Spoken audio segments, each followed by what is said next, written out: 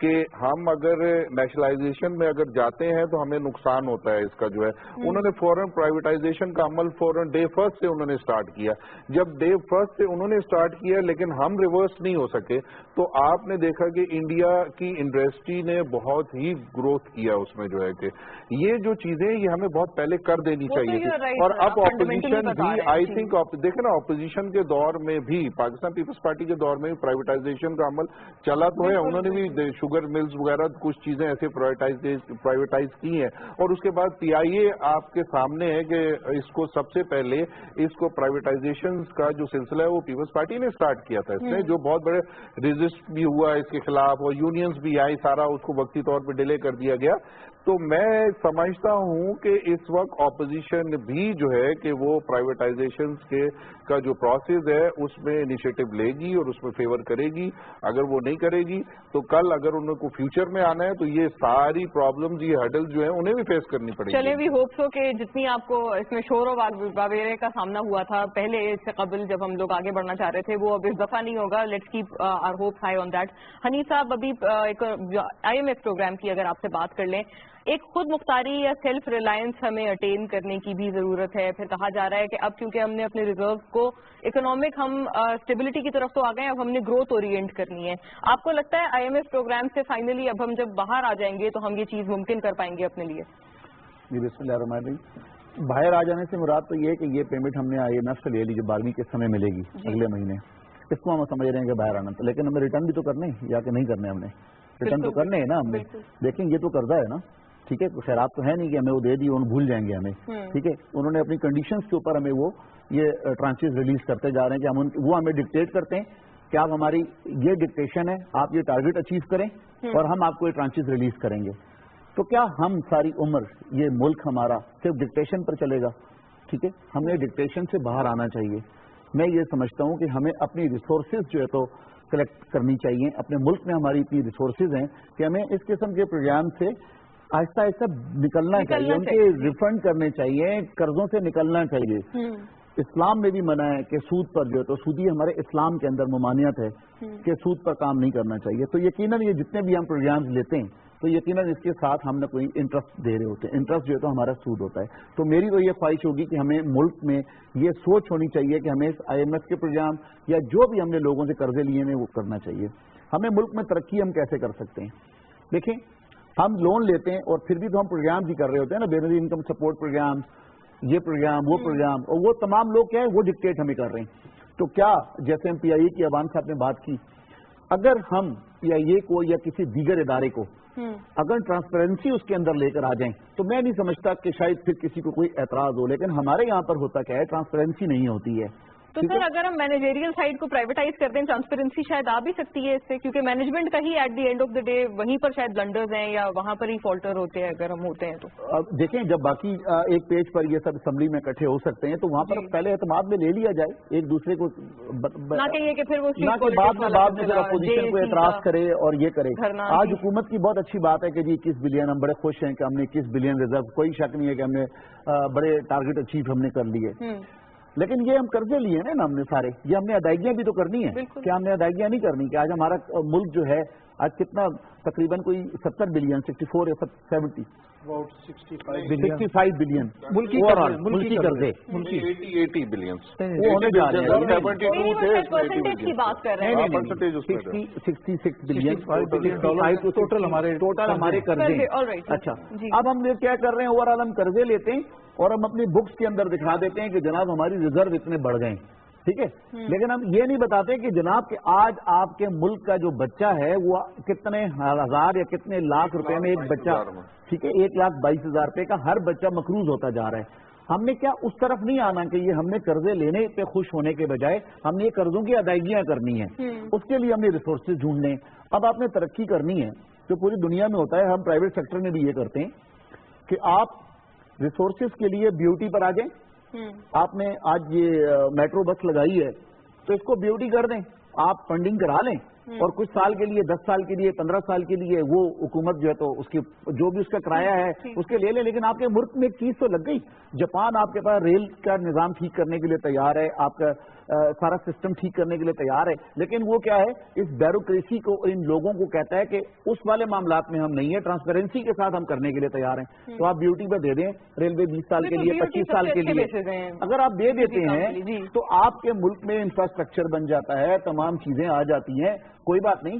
آج ہم نے اس کا انکم ہم نے استعمال نہیں کی نا, لیکن کل کو ہماری اولاد تو 20 سال کے بعد 25 سال کے بعد انکم ہوگی اور وہ چیز آپ کے ملک میں لگ جائے گی, اس قابل استعمال ہو جائے گی آپ کی پہلے دن سے, اور وہ چیز آپ کی 20 سال کے بعد آپ کی اپنی ہو جائے گی. تو قرضے لینے کے بجائے میں یہ سمجھتا ہوں کہ ہمیں بیوٹی کے اوپر باقی ملکوں کے ساتھ ایگریمنٹ کرنے چاہیے. ٹھیک ہے, رائٹ.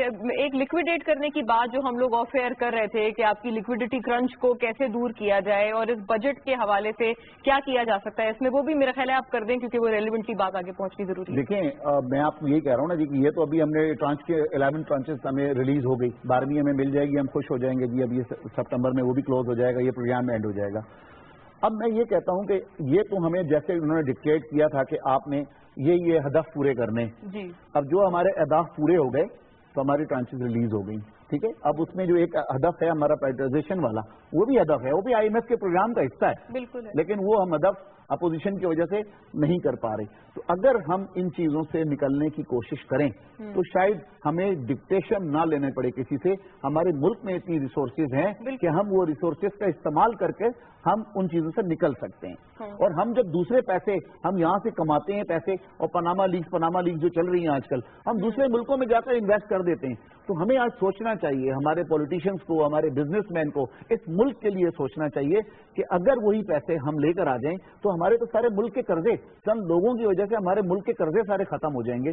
تو خدارا اس ملک کے لیے سوچیں, اس ملک نے یہ پیسہ کما کر آپ کو دیا ہوا ہے اور جو آپ نے دوسرے ممالک میں رکھا ہوا ہے. یعنی بیسکلی اگر ہم انویسٹمنٹ اپنے ملک میں ہی لیوکریٹو بنا لیں تو ہمارے اپنے ملک میں انویسٹمنٹ ہم لوگ ڈائریکٹ کر سکتے ہیں. عتیق صاحب, اس حوالے سے آپ کا کیا موقف ہوگا؟ IMF ڈکٹیشن جس کی بات عموماً کی جاتی ہے, یا جو بھی گائیڈ لائنز یا ڈسپلنز ہمیں IMF کی طرف سے بتائے جاتے ہیں, آپ کو لگتا ہے وہ نیسیسریلی برے ہی ہوتے ہیں؟ دیکھیے, بسم اللہ الرحمن الرحیم, بہت سمجھنے کی اور بہت دھیان کی بات ہے, اور یہ کافی فکر کی بات بھی ہے کہ ہم کو کب تک ڈونر فنڈڈ کنٹری رہنا ہے. پہلی بات, ہم نے کیا فیصلہ کیا ہوا ہے؟ کیا ہمیں اپنے پیروں پہ کھڑا ہونا ہے؟ اگر ہم ڈونر فنڈڈ کنٹری رہیں گے, کبھی ہم IFC سے لون لے رہے ہوں گے, کبھی ہم ورلڈ بینک سے لون لے رہے ہوں گے, کبھی ہم IMF سے لون لے رہے ہوں گے, اور اس پہ ہم بڑے خوش ہو رہے ہوں گے کہ ہم نے ان کے مطالبات پورے کر دیے, اور جب مطالبات پورے کر دیے تو ہمیں ایک ٹرنچ اور مل گیا. اور جب ہم ڈونر فنڈڈ کنٹری ہیں تو اس کا مطلب یہ ہے کہ ہم کسی کے بیرونی ڈکٹیشن پہ کام کر رہے ہیں. ایک انڈیپینڈنٹ نیشن ہونے کے حیثیت سے ہمیں اس کو چیزوں سے باہر نکلنا پڑے گا. جب ان چیزوں سے ہم باہر نکلیں گے تو پھر ہم جا کر ایک ویلفیئر اسٹیٹ بنیں گے. آج بات یہ آتی ہے کہ ایک کامن مین کی ویلفیئر کے لیے کیا کام ہو رہا ہے؟ کیا اس کو یوٹیلیٹی بلز میں سکون مل رہا ہے، یا وہ بیچارہ اپنی پوری تنخواہ الیکٹرسٹی اور گیس کے بلوں میں اور ٹیلی فون کے بلوں میں دے رہا ہے؟ اگر ایسا کوئی ریلیف نہیں مل رہا تو اس کا مطلب ہے کہ یہ بڑا فکر کا لمحہ ہے، اور اس فکر کے لمحے میں ہمیں یہ سوچنا چاہیے کہ ہم کو اپنی یہ ڈونر فنڈڈ ریزروز کو بہت زیادہ خوش ہو کر کے نہیں بیان کرنا چاہیے. اگر ریزروز میرے اپنے ہیں، خود کے کمائے ہوئے ہیں، ٹھیک ہے، وہ قدرت نے ایک ہماری مدد کی. وہ مدد کیا ہوئی کہ آئل پرائسز گر گئے. مدد کیا ہوئی؟ ریمیٹنسز زیادہ آنے لگے، جس کو مجھے ڈاؤٹ ہے کہ ریمیٹنسز کم بھی ہو جائیں گے جو حالات چل رہے ہیں ابھی. زبیر بھائی وہ بتا رہے تھے سعودی عرب کا بھی. اس کے علاوہ آپ کو سی پیک جیسی انویسٹمنٹ مل گئی، کاسا بھی مل رہا ہے آپ کو. لیکن کیا یہ ساری چیزیں پورا کرنے کے لیے کیا ہم اپنی جی ڈی پی کی طرف دھیان دے رہے ہیں؟ اگر ہم اپنی جی ڈی پی کی طرف دھیان دے رہے ہیں تو آج کھسکتے ہوئے ہم 4.5 سے 4.7 کی طرف صرف دیکھ رہے ہیں. ہمیں تو اپنے جی ڈی پی کو 1% پہ لے جانا ہے. کیوں؟ اس وقت قوم کے بچے، یوتھ ان امپلائڈ ہے. تو الٹیمیٹلی لے جانا ہے. جب الٹیمیٹلی نہیں، آپ کو جب لے کے جانا ہے جب اپنے ریسورسز پہ آپ کام کریں گے. جب تک آپ اپنی اکانومی کو اور اپنی جی ڈی پی کی گروتھ کو نہیں دیکھیں گے، آپ کا ملک کے لوگ ان امپلائڈ رہیں گے. جب ان امپلائڈ رہیں گے تو اس کا مطلب ہے کیوز اور کنفیوژن رہے گا. ٹھیک ہے، بات آتی ہے آپ کی IMF کی، IMF سے آپ نے ان کی باتیں پوری کی، سب کچھ ہوا، آج آپ کو IMF سے ایک ٹرنچ مل گئی، ایک ٹرنچ اور مل جائے گی، لیکن کیا یہ اینڈ ہوگا؟ میرا کہنا یہ ہے کہ اس سب سے ہم کو بچنا چاہیے. گورنمنٹ نے بہت اچھے کام کیے ہیں، ٹھیک ہے اس کو پیسوں کی ضرورت تھی، لوکل بورنگ بھی اس نے بہت زیادہ کری، ایکسٹرنل بورنگ بھی بہت کی، ایکسٹینڈیڈ لونز کی طرف بھی گئے، لیکن اگر اس کی طرف دیکھا جائے تو آپ نے بڑے ہیوی مارکس پہ کام کیا. کیا ڈیٹ سروسنگ پہ لگے رہیں گے ہم لوگ؟ ہر وقت لونز پے کرتے رہیں گے، ان کے انٹرسٹ دیتے رہیں گے، ان کی پروفٹس کو ملٹیپلائی کر دیں گے؟ کامن مین کو پھر کیا مل رہا ہے؟ گورنمنٹ کو بڑا سیریسلی سوچنا چاہیے. اور یہ کوئی علاج نہیں ہوا کہ آپ جو آپ کا ٹیکس دے رہے ہیں آپ اس کے اکاؤنٹس میں گھس کے مزید ٹیکسز نکال رہے ہیں. آپ نے بزنس مین کو تڑپا کے پریشان کر دیا. This is not the way to do. Non filer بنے ہوئے وہ فائل کر رہے ہیں، آپ کی بات صحیح ہے، یو رائٹ، لیکن فائلر ہے. میں نان فائلر کی بات نہیں کر رہا، میں فائلر کی بات کر رہا ہوں. اکاؤنٹس لیکن اس میں دونوں آتے ہیں. نان فائلر سے تو پوچھا ہی نہیں جاتا. بات تھوڑی سی عجیب ہے لیکن فیکٹ پہ بات ہو رہی ہے. بینکنگ ٹرانزیکشن آج آپ IMF سے لون لیتے ہیں، IMF کے ساتھ آپ اپنے پروجیکٹس کو لگاتے ہیں. آپ نے SMEs کو کتنا پروجیکٹ کیا اس میں؟ میری بات گھوم کے پھر وہاں پہ آتی ہے. تو we have to think about the SMEs of our country, we have to think about the unemployed youth of our country.